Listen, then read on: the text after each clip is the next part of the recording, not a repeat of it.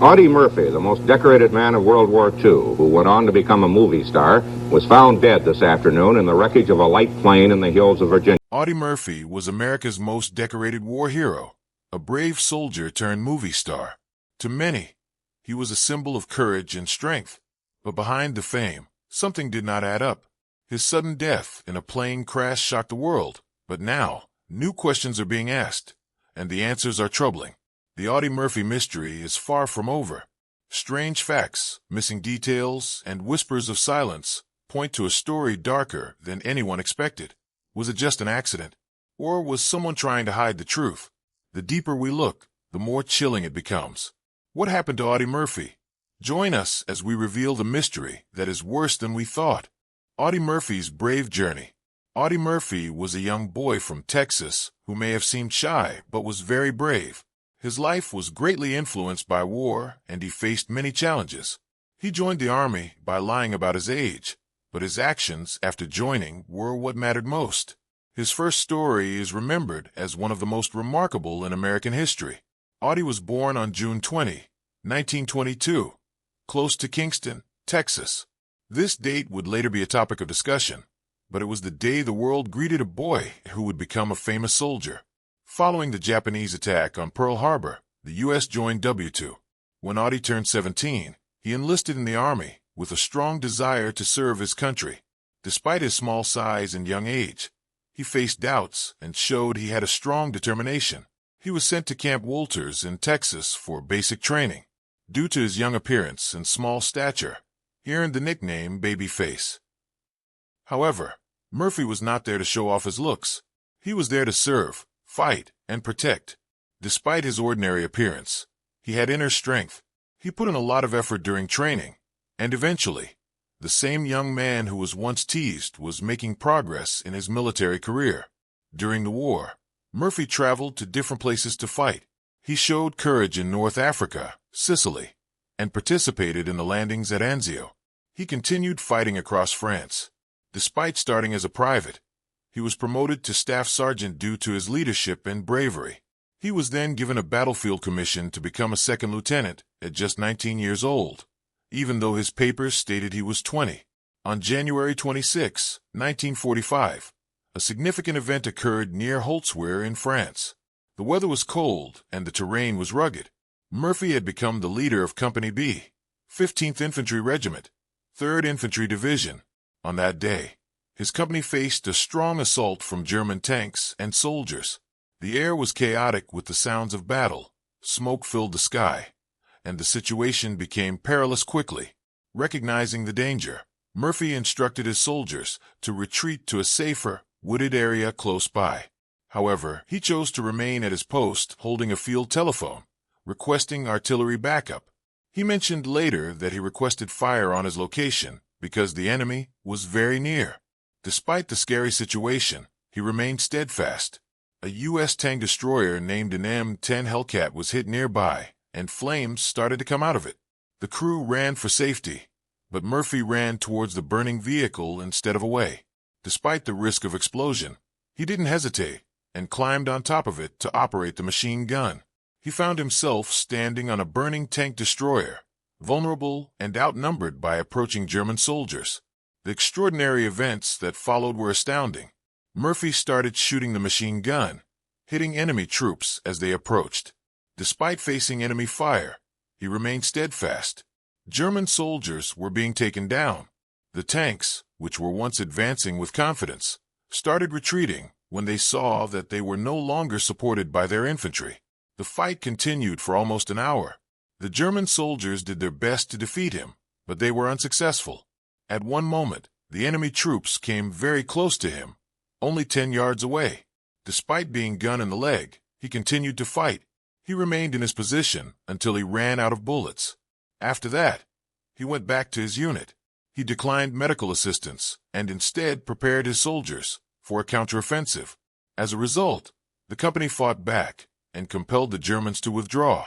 According to some accounts, Murphy was credited with killing over 240 enemy soldiers on that day by himself. The exact number may be subject to debate, but what is clear is the incredible courage he displayed when it was wanted the most. A few months later, On June 2, 1945, a ceremony was held in Austria where Lieutenant General Alexander M. Patch presented the Medal of Honor to Murphy. A reporter observed that Murphy appeared too young to have a mustache, but he had accomplished something incredible at a young age. After the war ended, Murphy attempted to start over. He appeared in movies and even portrayed himself in a film about his wartime experiences. He posed for photos, attended fancy events, and mingled with celebrities. However, the emotional scars from the war stayed with him. Despite his outward appearances, he still struggled with the haunting memories of the tragedies he witnessed and the friends he lost. Audie Murphy's tale is not just about the accolades he received. It's about a humble boy from Texas who showed immense courage when it counted. He didn't allow fear to overpower him. His bravery was not showy but unwavering, resolute, and sincere.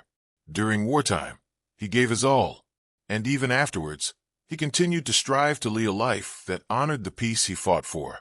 Let's look into the struggles of Audie Murphy in the beginning of his acting career. From the battlefield to the big screen, Audie Murphy was already loved by the country as a war hero, but his transition to Hollywood showed a new side of him. He struggled in the beginning, but eventually became a well-known actor, showing his growth and determination.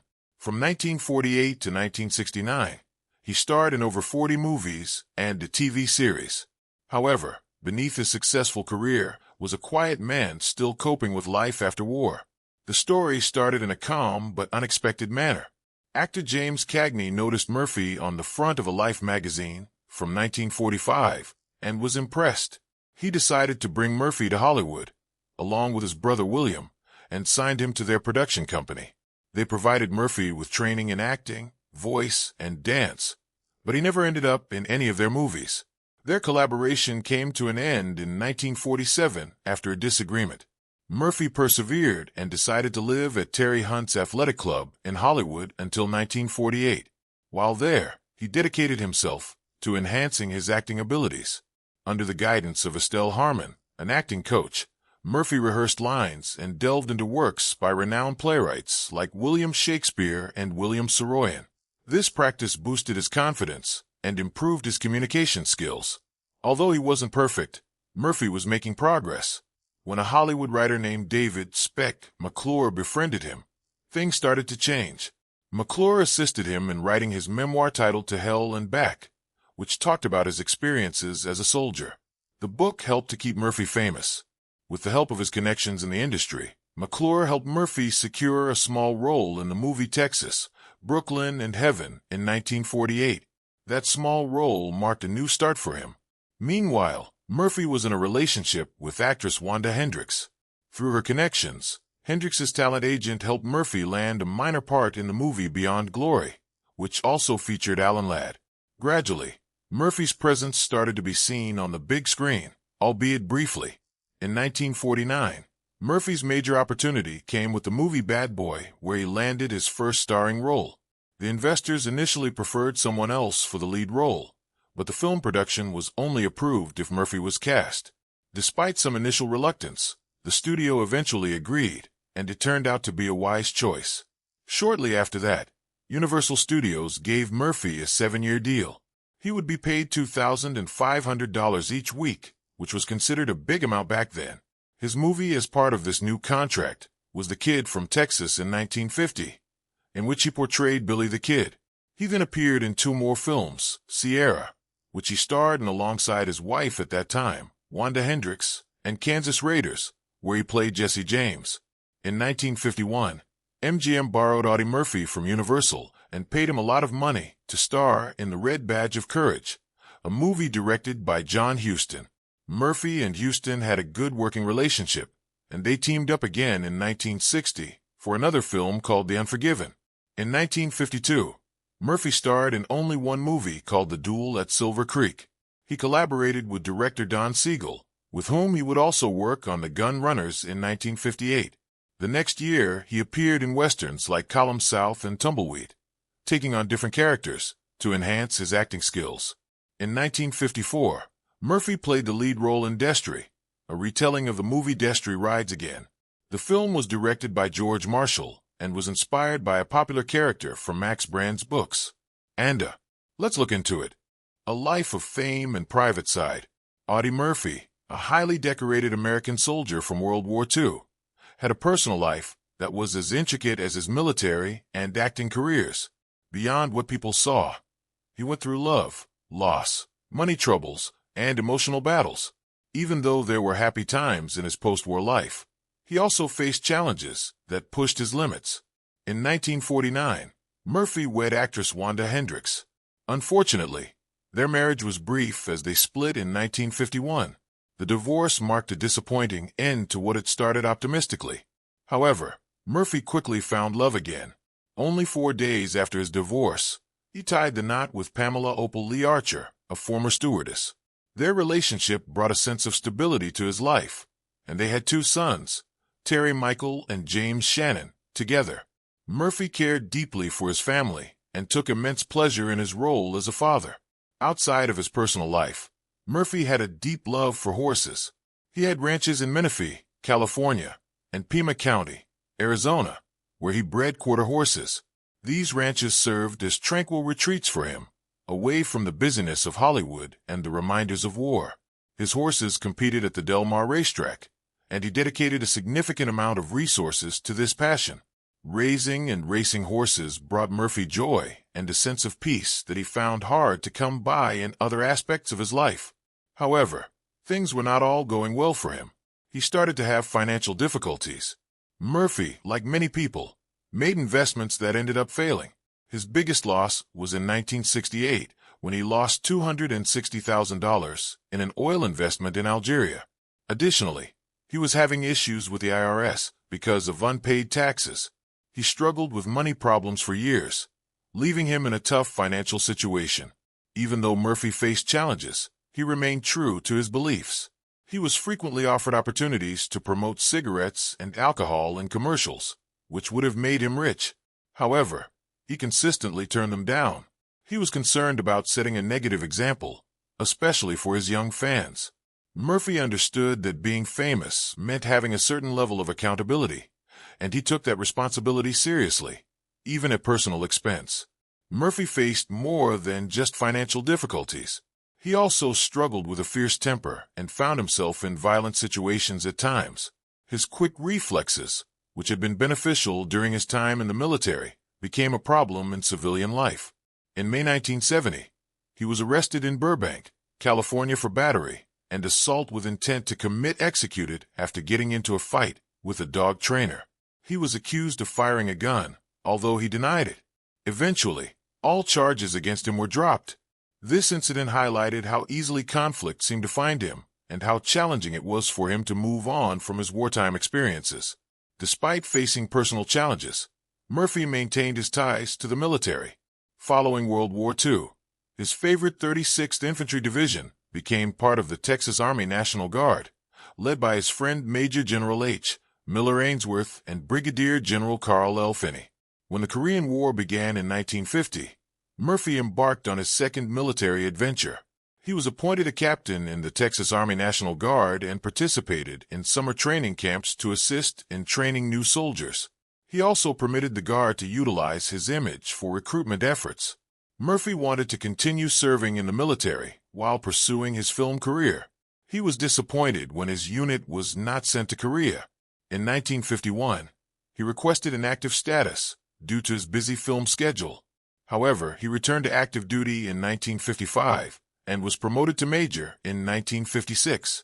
He then went back to inactive status in 1957. His military career officially ended in 1969 when he left the Texas Army National Guard for the United States Army Reserve and later entered the Retired Reserve. Audie Murphy experienced both great successes and difficult moments throughout his life. He was recognized for his bravery in war, became a famous actor, and was known for his dedication to his family. However, he also struggled with the weight of his traumatic experiences, the grief of losing loved ones, and the pressure of his responsibilities. He encountered obstacles that were not always visible to others and made decisions that reflected his strong sense of integrity, even when there were consequences. Murphy's life is more than just about his military honors and film achievements. It is a tale of a man seeking inner peace in a world that rarely allowed him to find solace. Silent battle after the war. After Audie Murphy came back from fighting in World War II, many thought his difficulties were finished. He had managed to survive intense battles, received medals and admiration, and was recognized as a genuine hero of America. However, what most didn't realize was that Murphy's toughest struggles were about to start. These challenges were no longer against enemies on a battlefield, but within his thoughts and haunted him wherever he went. After the war, authorities thought about admitting Murphy to West Point. Discussions were held, documents were exchanged, and thoughts were shared. Murphy appeared to show interest in the opportunity. However, he ultimately did not go. Scholars believe he may have decided against it when he understood the rigorous academic requirements for West Point. It wasn't only about being a war hero. It entailed intense studying of various subjects and passing exams. After years of combat, he may not have been emotionally or mentally prepared for such a challenging path. Instead, Murphy was directed to go to Fort Sam Houston in San Antonio, Texas, along with other soldiers. This happened on June 8, 1945. Just a few days later, on June 13, he reached the base and was put in a small group at the Fort Sam Houston Army Ground and Services Redistribution Station. After that, he was granted a 30-day break. During this time, he could journey throughout the U.S., relax, and recuperate. It was a period for him to relax, take a break, and be recognized. He was widely recognized and celebrated. Parades and banquets were held in his honor. People greeted him warmly with food and smiles. Speeches were given, expressing gratitude and praise. He was admired wherever he went. On August 21, he finally received the Good Conduct Medal after some delay. A month later, on September 21, Murphy left the military officially. He was discharged as a first lieutenant and given a 50% disability classification.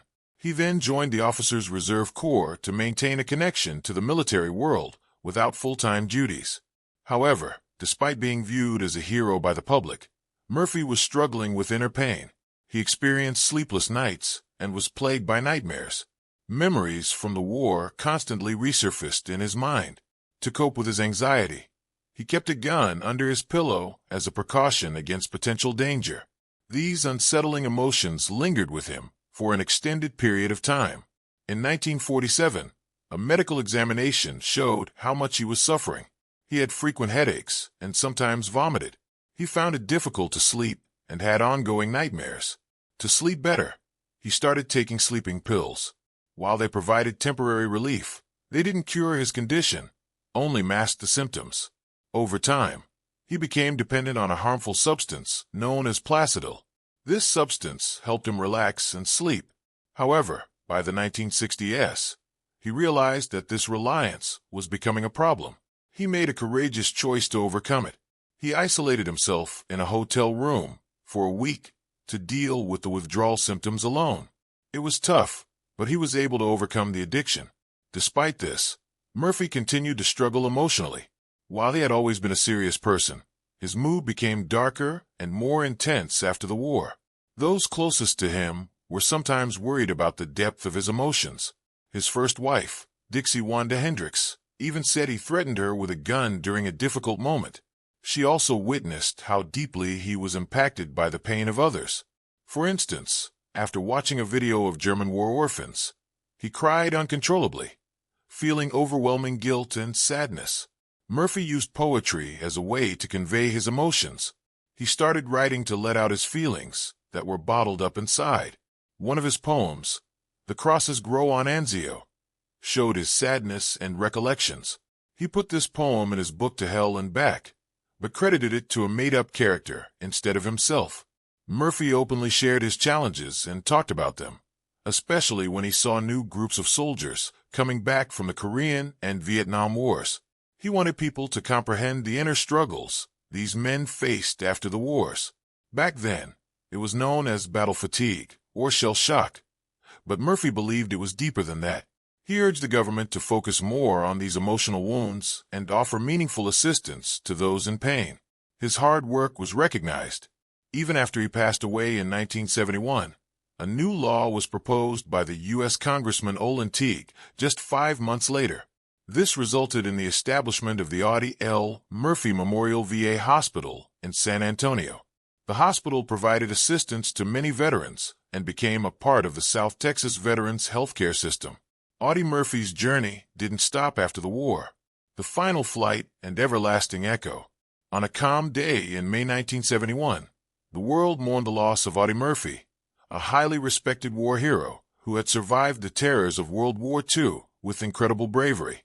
He did not die in battle, but in a plane crash in Virginia, not far from Roanoke. The weather was bad, with heavy rain, thick clouds, and dense fog that made it nearly impossible to see. These dangerous conditions led to the tragic accident that took the lives of everyone on board. The pilot of the small twin-engine Aero Commander 680 plane had a private license and was experienced with around 8,000 hours of flying time. However, he did not have the necessary rating to fly using instruments only, which led to the plane crashing into the side of a mountain without visibility. The crash resulted in the deaths of the pilot, Murphy, and 4 other passengers. The wreckage was discovered days later on May 31st. Audie Murphy's death caused great sadness for his loved ones and fans across the nation. His wife, Pamela Murphy, struggled to cope and eventually settled into a modest lifestyle. She found work at the Sepulveda Veterans Administration Hospital in L.A., where she dedicated 35 years to helping veterans with the same integrity as her late husband. A couple of days following the accident, on June 7, 1971, Audie Murphy was buried at Arlington National Cemetery, a location typically reserved for the country's top heroes. The service was filled with admiration and reverence. Prominent individuals like George H.W. Bush, who was serving as the U.S. Ambassador to the United Nations at the time, and Army Chief of Staff William Westmoreland, along with many others from the 3rd Infantry Division, gathered to honor him. The burial site was thoughtfully selected in Section 46, directly facing the stunning Memorial Amphitheater. Thousands of visitors still come to visit Murphy's burial site. A flagstone walkway was built to help guide the many visitors. His grave is the second most popular in Arlington National Cemetery, right after President John F. Kennedy's. Murphy did not want his grave to be extravagant like other Medal of Honor recipients. He wanted to be remembered as a simple and humble soldier. His headstone shows his birth year as 1924, a date that may have been changed in his military records during his service. After the tragedy, people found various ways to remember and pay tribute to Murphy. In 1974, a significant stone marker was installed near the crash site in memory of him. The marker sits peacefully by the Appalachian Trail, surrounded by nature's tranquility high in the mountains. A year later, in 1975, the court granted $2.5 million in compensation to Audie's wife, Pamela, and their 2 sons for his death in the accident. However, no amount of money could fill the void left by the loss of their loved one. Even after Murphy passed away, his fame did not diminish. While he was alive, he had already been honored with several awards from civilians. After he passed away, he received even more recognition. He was commemorated with a star on the Hollywood Walk of Fame for his contributions to the film industry. In 2013, Texas honored him with the Texas Legislative Medal of Honor, the state's highest military award. Murphy had a hidden talent for poetry, which was discovered by David McClure while they were working on his memoir, To Hell and Back. McClure found handwritten poems that Murphy had discarded in his Hollywood apartment, including a powerful poem titled The Crosses Grow on Anzio, which was published in the book under a different name. In addition to this poem, only 2 other poems by Murphy are known today: Alone and Far Removed, and Freedom Flies in Your Heart Like an Eagle. The latter was originally part of a speech Murphy wrote for a memorial in Alabama and was later adapted into an emotional song called Dusty Old Helmet. Even though he had a love for country music, particularly artists such as Bob Wills and Chet Atkins, Murphy never sang or played an instrument. He just liked listening to music. However, in 1961, he was introduced to songwriter Scott Turner through a mutual friend, singer Guy Mitchell. This meeting sparked something unique. From 1962 to 1970, the 2 collaborated on writing multiple songs. Some of their popular songs included Shutters and Boards and When the Wind Blows in Chicago. This showed a different side of Murphy, one that was gentle, reflective, and quietly artistic. Audie Murphy's 1971 death on a mountain is not the end of his story. If you enjoyed this video, like and subscribe, and also click the next video shown on your screen.